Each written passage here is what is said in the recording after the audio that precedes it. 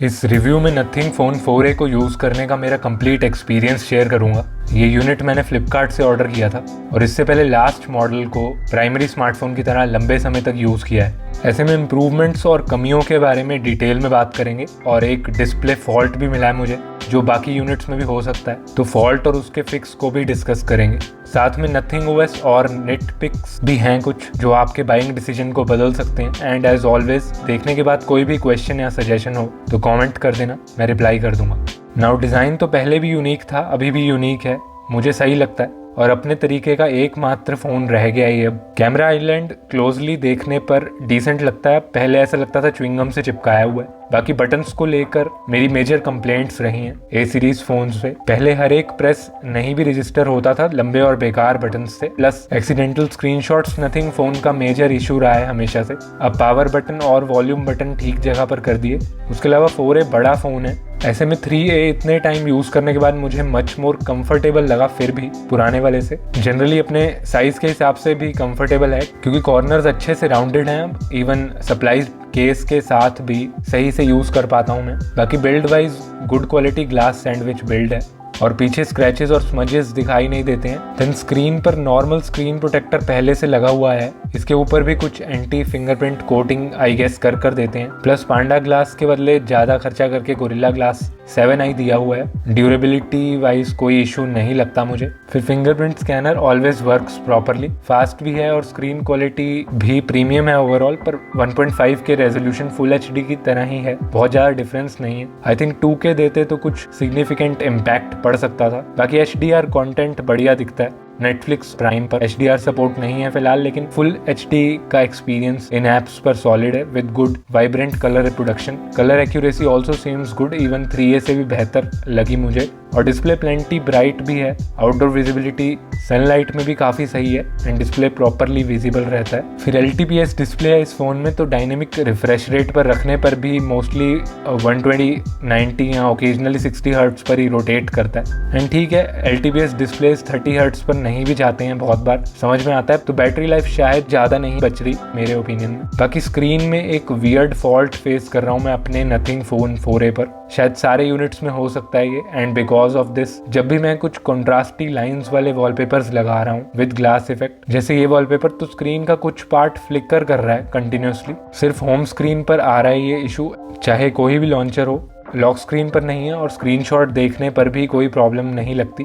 और refresh rate auto brightness से related भी कोई दिक्कत नहीं है, मैं देख चुका हूँ डिटेल में। माथा लगाने के बाद पता लगा कि इसके चिपसेट का जो डिस्प्ले हैंडलिंग पार्ट या फिर कुछ OS अपनी तरफ से एक्स्ट्रा काम कर रहा है स्क्रीन को बढ़िया दिखाने के लिए, क्योंकि जैसे ही मैं डेवलपर ऑप्शंस में हार्डवेयर ओवरलेस को डिसेबल कर रहा हूँ ये इशू फिक्स हो रहा है। तो यार नथिंग 4a यूजर्स जो भी हैं वो जरूर ट्राई करना ऐसे वॉलपेपर्स लगा के और कमेंट कर देना, इससे न्यू बायर्स को हेल्प मिल जाएगी। और देखा जाए तो नथिंग OS एक बड़ा प्लस पॉइंट है फोन 4a का, क्योंकि डे टू डे ऑपरेशंस काफ़ी फास्ट एंड स्मूथली होते हैं और जो minimal additions and thoughtful features Nothing ने ऐड किए हुए हैं वो भी सॉफ्टवेयर एक्सपीरियंस अच्छा कर देते हैं। जैसे न्यू ऐप्स इंस्टॉल होते वक्त ऐप का आइकन बॉटम में दूसरे आइकन्स के साथ ऐड ऑन होता है एंड इंस्टॉलेशन प्रोग्रेस साथ में दिख जाता है, विच इज़ नाइस। ऐसे ही ब्रीदिंग ब्रेक जो न्यू ऐड ऑन किया है विजेट्स में, सिंपल ब्रीदिंग पैटर्न्स हैं इसमें, पर काफ़ी थॉटफुल और नाइस एडिशन है ये भी। बढ़िया हैप्टिक्स को भी अच्छे से इंटीग्रेट किया हुआ है इसमें। हैप्टिक फीडबैक जनरली भी ठीक है इस फ़ोन में, काफ़ी मिड रेंज फ़ोन्स से डेफिनेटली बेहतर बोल सकता हूँ मैं। बाकी विजेट्स का तो पिछले बहुत समय से इंटरेस्टिंग पार्ट रहा ही है नथिंग OS में, और अब एसेंशियल ऐप्स के साथ में widgets are better than ever. Community creations हैं और सबको कुछ ना कुछ एटलीस्ट काम का मिल सकता है इनमें। एसेंशियल नोटिफिकेशंस के साथ में ग्लिफ LED को स्मार्टली नोटिफिकेशन लाइट की तरह यूज़ कर सकते हैं, यूज़फुल हो सकता है ये भी। और इंटेलिजेंस टूल किट भी सही है, सारे AI फीचर्स को एक जगह पर कर दिया है। ऑल्सो अब एसेंशियल बटन अलग कर दिया तो ऑफ करने की सेटिंग्स भी डाल दी इन्होंने। पिछले 1 साल में मैं कितने ही अननेसेसरी स्क्रीनशॉट्स ले चुका हूँ जब, पर एसेंशियल स्पेस अब और इम्प्रूव कर दिया है।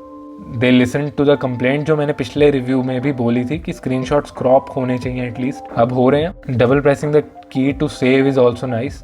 एसेंशियल रिकॉर्डर काफ़ी बढ़िया फीचर लगा मुझे। Long pressing the essential key to start recording any time, phone को उल्टा रखने पर। तो बेसिकली उल्टा रखने वाला फ़ोन है ये, इसीलिए इंटेंशनली शायद ऑलवेज ऑन डिस्प्ले को भी बेसिक रखा हुआ है, कुछ खास कस्टमाइजेशन नहीं है।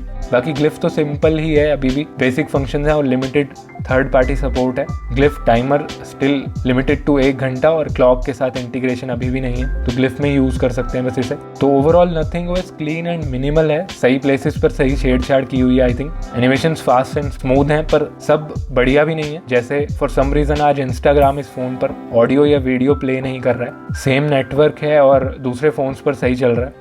एंड 3.5mm डोंगल भी काम नहीं किया, मेरे कुछ दूसरे फ़ोन्स पर सही चलता है ये। सो वायर्ड हेडफोन्स यूज़ नहीं कर पाया मैं फ़िलहाल। नाउ 7S Gen 4 के साथ 4A की डे टू डे परफॉर्मेंस एकदम स्नैपी है, सारे डेली लाइफ ऐप्स बढ़िया रन करते हैं, ऐप ओपनिंग स्पीड फास्ट है, लोडिंग टाइम्स फास्ट हैं और मल्टीटास्किंग भी प्रॉपरली कर पाया मैं इस 8GB रैम वेरिएंट पर। मल्टीपल ऐप्स रन करने पर भी मुझे कभी कोई खास रीलोडिंग देखने को नहीं मिलती, तो सॉफ्टवेयर ऑप्टिमाइजेशन सही है। हाँ, सारे ऐप्स हैवी हों तो बीच बीच में रीलोडिंग होती है पीछे के ऐप्स में। ऑल्सो मैंने जब इंटेंशनली पुश करने की कोशिश करी मल्टीपल गेम्स या बहुत सारे हैवी ऐप्स को एक साथ रन करके, तो माइनर एनिमेशन स्टटर्स दिखे। Gaming experience is also pretty good. मैंने WWE 2K25, रेनबो 6 और BGMI प्ले करी है और ओकेजनली गेमिंग के साथ माइनर जिटर्स दिखे होंगे मुझे। बाकी BGMI एक्सपीरियंस तो सॉलिड है ही, 120 हर्ट्ज के smooth and ultra extreme option पर कोई लैग्स या स्टटर्स नहीं है और HDR एक्सट्रीम पर भी बढ़िया एक्सपीरियंस लगा मुझे। रेनबो 6 प्रॉपरली प्लेएबल है with decent performance 60 FPS ultra setting के ऑप्शन पर। साथ में फ़ोन हीट ज़रूर होता है गेमिंग करते वक्त, लेकिन डिस्प्ले पार्ट से बैक एंड साइड्स पर हीटिंग वेल कंटेन्ड रहती है और कंफर्टेबल टू होल्ड लगा मुझे most of the time gaming करते हुए या हैवी टास्क्स करते हुए। नाउ बैटरी बैकअप देखे तो BGMI मैंने 9/11 पर 78% बैटरी के साथ शुरू करी थी और लगभग आधे घंटे के ट्रायंगल मैच गेम प्ले के बाद 9:38 पर 70% बैटरी के साथ में एंड करी। देन 7-1 मिनट WWE 2K25 खेली होगी इमीडिएटली बाद में। वैसे मेनली मैं social media browsing, content consumption और ओकेजनली कॉलिंग के लिए यूज़ करता हूँ फ़ोन को। कंटेंट ऐप्स में यूट्यूब, नेटफ्लिक्स और प्राइम इंक्लूडेड है और ऐसे में 3A 1 दिन से 1.5 दिन तक भी चल जाता है एंड कंप्लीट 1 दिन चलता है अगर मैं साथ में गेमिंग ऐड कर दूं या कोई दिन full time mobile data use होता रहे with some GPS। Charging speed exact 1 घंटा 45 मिनट निकल कर आई जब मैंने 1% to 100% चार्ज किया एप्पल के 30 वॉट PD चार्जर से। मेन 50 मेगापिक्सल कैमरा यूनिट से लिए डे टाइम शॉट्स काफ़ी क्रिस्प और डिटेल्ड लगे मुझे। कलर एक्यूरेसी मेंटेन्ड रहती है and colours come out very close to normal. HDR यहाँ अल्ट्रा XDR शॉट्स भी। 4A काफ़ी डिटेल्ड क्लिक करता है, बस कभी कभी ओवर शेडोड लगते हैं मुझे। अदरवाइज मेन कैमरा की क्वालिटी गुड लाइट में डेफिनेटली बढ़िया है और लो लाइट में भी पिक्चर्स में क्लैरिटी बनी रहती है विच इज़ गुड, लेकिन प्रोसेसिंग और आर्टिफिशियल लुक इंक्रीज हो जाती है। देन 3.5 टेलीफोटो लेंस शुक्र है डाल दिया नथिंग ने 3A के 2x के कंपैरिजन में और मच बेटर ऑप्टिकल जूम है। OIS भी है, वो भी एक रीज़न है कि पिक्चर क्वालिटी इसकी भी गुड लाइट में बढ़ी है। क्लोज टू नेचुरल कलर्स और अच्छी परफॉर्मेंस लगी मुझे ओवरऑल। बाकी 70x टोटल जूम मिल रहा है और गिमिक ही है क्योंकि डिटेल्स नहीं आती हैं। लो लाइट में टेलीफोटो का भी सिमिलर सीन है, मेन कैमरा जैसा ही। आर्टिफिशियल लुक ऑलवेज इंक्रीज हो जाती है और सही है लो लाइट में, ऐसा बोल सकता हूँ मैं।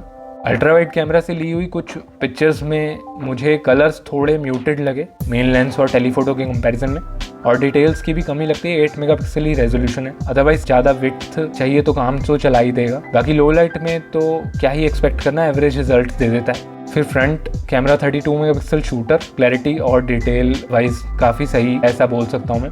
बैलेंस्ड स्किन टोन्स और कलर्स प्रोड्यूस करता है मोस्ट ऑफ द टाइम और पोर्ट्रेट शॉट्स भी बढ़िया लेता है with decent blur. Same 3A वाला सेंसर यूज़ किया हुआ है मुझे लगता है और चैलेंजिंग सिचुएशंस में भी डिसेंट परफॉर्मेंस है मेरे ओपिनियन में। देन वीडियो क्वालिटी में मेन कैमरा अगेन बहुत बढ़िया निकला, क्लियर वीडियोस बनाता है, colours look nice and natural और स्टेबिलिटी वाइज भी वीडियोस मुझे इंप्रेसिव लगे। लो लाइट सिचुएशंस में भी डिसेंट परफॉर्मेंस है with good stability and clarity और कोई खास कमी नहीं है मेन कैमरा में। टेलीफोटो लेंस से भी फॉर सम रीज़न वीडियोस में अच्छी स्टेबिलिटी एक्सपेक्ट कर रहा था मैं, पर स्टेबिलिटी फ्रंट में कॉम्प्रोमाइज़ देखने को मिला मुझे। मेन लेंस के जितने स्टेबल वीडियोस तो नहीं बना सकता ऑब्वियसली, ओवरऑल ठीक ठाक वीडियोस बन जाते हैं I feel. Low light situations में डिस्टॉर्शंस और ग्रेनीनेस इंक्रीज हो जाती है और काम चलाने लायक परफॉर्मेंस है। फ़ोन के प्राइस को कंसीडर करते हुए। देन अल्ट्रा वाइड से 1080p रेजोल्यूशन मैक्स पॉसिबल है, तो डिटेल्स बहुत ज़्यादा नहीं लगी मुझे, लेकिन स्टेबिलिटी फिर से इम्प्रेसिव हो गई, स्पेशली बिना OIS के। And colours also come out okay in good light. बाकी लो लाइट में नॉइज़ या ग्रेनीनेस इंक्रीज हो जाती है। EIS अगेन सही काम करता है आई वुड से। प्राइस के अकॉर्डिंग जस्टिफाइड है क्वालिटी मेरे ओपिनियन में। नेटवर्क रिसेप्शन या कनेक्टिविटी से रिलेटेड कोई इशू नहीं लगा मुझे। वाईफाई रिसेप्शन भी क्लोज टू फ्लैगशिप लेवल है। देन कॉल करते वक्त माइक्स, प्रॉक्सिमिटी सेंसर, ईयरपीस भी सही काम किया, जिससे कॉल क्वालिटी बढ़िया है। एंड ऑटो ब्राइटनेस सेंसर भी सही काम करता है। 3A में पहले इश्यूज फेस कर चुका हूँ मैं। NFC नथिंग ने निकाल दिया है 4A से, 3A में है। एंड टोटल ट्रैश मूव है, स्पेशली क्योंकि 3A से प्राइस इंक्रीज कर दिया है और कंपनी RCB को स्पॉन्सर कर पा रही है अगर IPL में, तो NFC रिमूवल बिल्कुल नहीं होना चाहिए था I feel. Also data transfer speed भी स्लो है, क्योंकि UFS 3.1 स्टोरेज तो है पर USB पोर्ट 2.2 ही दिया हुआ है। Now finally nothing phone 4A की मेन USP तो बैक डिजाइन ही है, जिससे कस्टमर अट्रैक्ट होते हैं। कंपनी ने उल्टा रखने वाला फोन बना दिया है, फिर भी मुझे लगता है कि पीछे ज़्यादा प्रैक्टिकलिटी नहीं है। अच्छा ऑलवेज ऑन डिस्प्ले भी साथ में होना चाहिए। उसके अलावा सॉफ्टवेयर एक्सपीरियंस देखा जाए तो वो काफ़ी बढ़िया है और प्रैक्टिकल है। एसेंशियल स्पेस सही है विद गुड डिस्प्ले। अगर ब्लिंकिंग इशू जिसकी हमने पीछे बात करी उसे निकाल दें। साथ में एक्सीलेंट कैमराज एंड स्पीकर्स भी हैं। परफॉर्मेंस में तो 7S Gen 4 जितनी पावर मोस्ट यूजर्स को चाहिए उतनी दे देता है विदाउट इम्पैक्टिंग द बैटरी। और बैटरी बैकअप से जनरली भी मैं ओके हूँ, पर लॉन्ग टर्म यूज़ करना है 3-1 साल या उससे ऊपर तो दिक्कत हो सकती है आगे चल के। बाय करने के लिए हमारे लिंक्स यूज़ करोगे तो चैनल के लिए हेल्पफुल होगा। Do like and subscribe. Thanks for watching.